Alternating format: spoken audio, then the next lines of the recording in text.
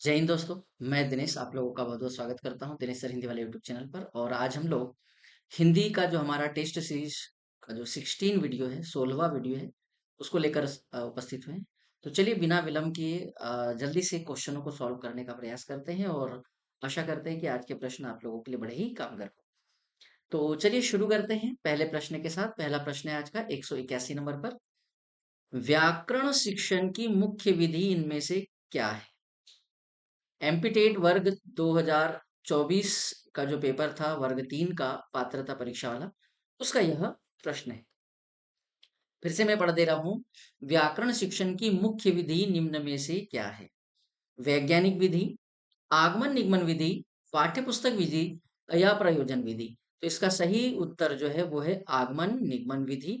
पहले बच्चों को उदाहरण से और फिर उदाहरण और नियम दोनों से समझाना, इसलिए सही उत्तर जो है हम लोग चयनित करेंगे बी। अगला प्रश्न आप लोगों के समक्ष है। 182 नंबर का प्रश्न है। व्याकरण शिक्षण की मुख्य विधि है। देखिए उसी क्वेश्चन को थोड़ा सा घुमा फिरा कर पूछ लिया है। यूपी टेट 2021 का यह प्रश्न है। पद्य विधि, पाठशाला विधि, आगमन निगमन विधि और इनमें से कोई नहीं। तो इस समय भी आंसर हम लोग क्या चयनित करते? सी आंसर चयनित करना हमें चाहिए यहाँ पर। तो सी उत्तर हो जाएगा। सही उत्तर क्या है बंधुओं? सी उत्तर है। अगले प्रश्न की तरफ रुख करते हैं। प्रश्न नंबर 183 नंबर का प्रश्न है। भाषा शिक्षण के संदर्भ में निम्न में से कौन सा कथन सही नहीं है? क्वेश्चन यहाँ है कौन सा कथन सही नहीं है। एमपी टेट वर्ग 3 2024 पात्रता परीक्षा का यह प्रश्न है। भाषा शिक्षण में केवल भाषाई शुद्धता पर ही अधिक बल दिया जाता है, यही गड़बड़ हो गया। क्योंकि यहाँ केवल शब्द लग गया, सिर्फ मात्र केवल अगर ऐसे शब्द होते हैं कुछ क्वेश्चनों में तो वो गड़बड़ होते हैं। समृद्ध भाषा परिवेश भाषा अर्जित करने में सहायक होता है, ये तो बिल्कुल सही है। भाषा सीखने में अन्य विषय का अध्ययन अध्यापक सहायक होता है, बिल्कुल अध्यापन सहायक होता है, अध्ययन अध्यापन सहायक। भाषा अर्जन और भाषा अधिगम में अंतर होता है, बिल्कुल सही बात है। तो उसने पूछा है नहीं है। भाषा शिक्षण के संदर्भ में निम्न में से कौन सा कथन सही नहीं है? तो उत्तर का चयन करेंगे यहाँ पर ए। कौन सा उत्तर चयनित करेंगे? ए। अगला क्वेश्चन है 184 नंबर का। भाषा में या निम्न में भाषा में प्रदर्शन विधि का क्या दोष है या दोष क्या है? यह भी क्वेश्चन एमपीटेट वर्ग 3 पात्रता परीक्षा 2024 का यह प्रश्न है। 184 नंबर निम्न स्तर के लिए ही उपयोगी है, अमनोवैज्ञानिक है, छात्रों की निष्क्रियता और सभी विषयों में उपयोगी। तो यहाँ सही उत्तर जो चुना गया, इसका जो मुख्य दोष है वह है निम्न स्तर के लिए उपयोगी। ये इसका एक दोष है। अब इसके लिए हमें क्या करना पड़ेगा? प्रदर्शन विधि को बहुत अच्छे से पढ़ना पड़ेगा, तब समझ में आएगा। तो ये मैं किसी वीडियो में या किसी दिन आप लोगों को प्रदर्शन विधि को बहुत अच्छे से समझा दूंगा। अगला प्रश्न है 185 नंबर का प्रश्न है। जिस क्रिया में यह पता लगाया जाता है कि बालक भाषा के किस क्षेत्र में कमजोर रहते हैं, यह क्रिया निम्न में से क्या कहलाती है? किस प्रकार की क्रिया कहलाती है? बोले एमपी टेट वर्ग 3 पात्रता परीक्षा 2024 का यह प्रश्न है। तो आंसर क्या क्या हो सकता है बेटा? निदानात्मक कार्य, अनुच्छेदन कार्य, रसास्वादन कार्य और प्रासंगिक कार्य। तो इसका सही आंसर है निदानात्मक कार्य। बच्चों की निदान करना मतलब उनकी जो समस्या है उसका हल ढूंढना, उसका निदान करना। अगला प्रश्न है आपके पास 186 नंबर का। मातृभाषा की उपयोगिता से संबंधित कौन सा विकल्प सही नहीं है? कौन सा विकल्प सही नहीं है? एमपीटेट वर्ग 3 पात्रता परीक्षा 2024 का प्रश्न है। मातृभाषा बालकों के ज्ञान का विकास एवं चिंतन का साधन है, यह तो बात बिल्कुल सही है। मातृभाषा विचार विनिमय का साधन है, बिल्कुल सही है। मातृभाषा भाषा शिक्षा का सर्वश्रेष्ठ माध्यम है, यह भी सही है। तो मातृभाषा प्रगति पथ की बाधक है, ये गड़बड़ है भाई। जब सब चीजें होगी तो प्रगति भी होगी। यहाँ आंसर हमारा चयनित हो जाएगा टी। लॉजिक लगाकर अगर पढ़ेंगे तो आंसर भी मिलते हैं। आइए प्रश्न नंबर अगले के पास चलते हैं। अगला प्रश्न जो है अब यहाँ से आपको पूरे विस्तार के साथ प्रश्नों को जानने के लिए मिलेगा। 187 नंबर का प्रश्न है, 187। जब किसी ज्ञान को सतत या जीवंत रखना होता है, तो वहां किस प्रकार के भाषा कौशल का योगदान होता है? भाषा कौशल ये एक बहुत ही अच्छा टॉपिक है, जिसमें आप लोगों ने पढ़ा भी होगा। 4 प्रकार के कौशल होते हैं। चारों कौशलों के बारे में बहुत अच्छे से क्वेश्चन आते हैं। डिटेल में पढ़िएगा इसको। नहीं पढ़ के रखा होगा तो नोट्स बनाइएगा, दिनेश सर हिंदी वाले यूट्यूब चैनल पर जाइए। और वर्ग 3 का जो पात्रता परीक्षा है, उसके लिए मैंने भाषा कौशल के पूरे वीडियो बना के रखे हैं। आप लोग 4 वीडियोस को उसको ध्यान से पढ़िएगा, समझ में आएगा।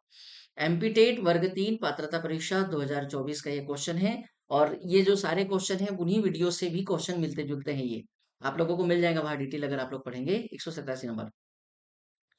तो उसके लिए होता है बेटा द्वितीयक अभिव्यंजना कौशल। कौन सा आंसर चुनेंगे? द्वितीयक अभिव्यंजना कौशल। अब यहाँ पर दो चीजें हैं। प्राथमिक अभिव्यंजना कौशल कौन से होते हैं, द्वितीयक कौन से होते हैं, प्राथमिक ग्राह्य कौशल कौन से होते हैं, द्वितीय ग्राह्य कौन से होते हैं, इनको सीखना पड़ेगा।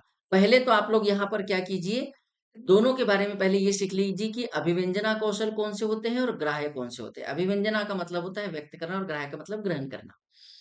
तो बोलना और लिखना, ये दोनों जो होते हैं, ये होते हैं अभिव्यंजना कौशल। और ग्राह्य कौशल होते हैं सुनना और पढ़ना, जिसमें ग्रहण किया जाना है।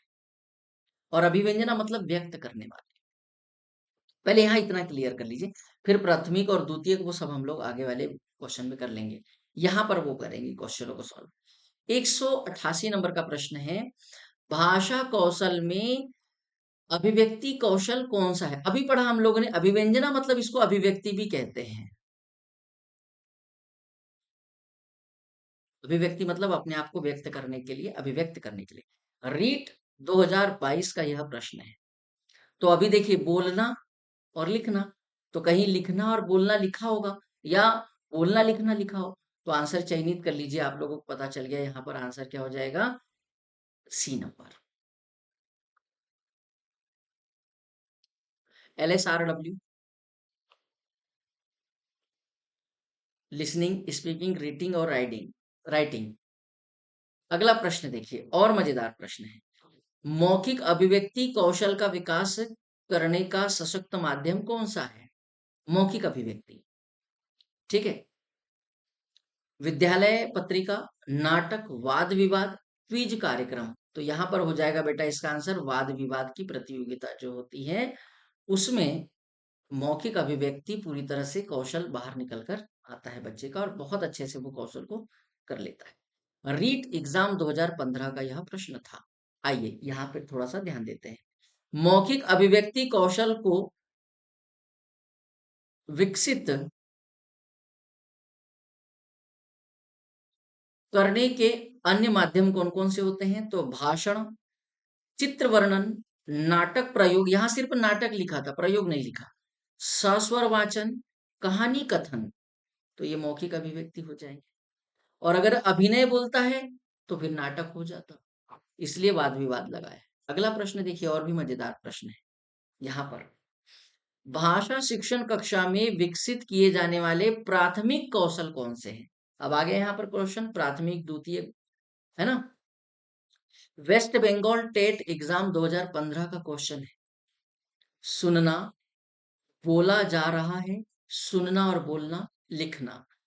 तो यहाँ पर प्राथमिक कौशल पूछ रहा है कि प्राथमिक कौशल कौन सा है? भाषा विकास या भाषा शिक्षण कक्षा में विकसित किए जाने वाले प्राथमिक कौशल कौन से होते हैं? 190 का प्रश्न आप लोगों ने सुन लिया है, 190, और आंसर हो जाएगा इसका सी। आंसर क्या हो जाएगा? सी। आइए थोड़ा सा व्याख्या कर लेते हैं। व्याख्या है, सुनना और बोलना प्राथमिक कौशल है, जबकि पढ़ना और लिखना द्वितीय कौशल है। पढ़ने लिखने या पढ़ने और लिखने लिखने सुदृढ़ीकरण कौशल भी कहलाते हैं या कहे जाते हैं। ये थे आज के बड़े महत्वपूर्ण 10 क्वेश्चन। बहुत अच्छे से पढ़िएगा, ध्यान से पढ़िए, समझ कर पढ़िए। आपको चयन परीक्षा में भी ये क्वेश्चन बहुत काम आएंगे। तब तक के लिए जय हिंद, जय भारत। फिर मिलेंगे अगले वीडियो के साथ।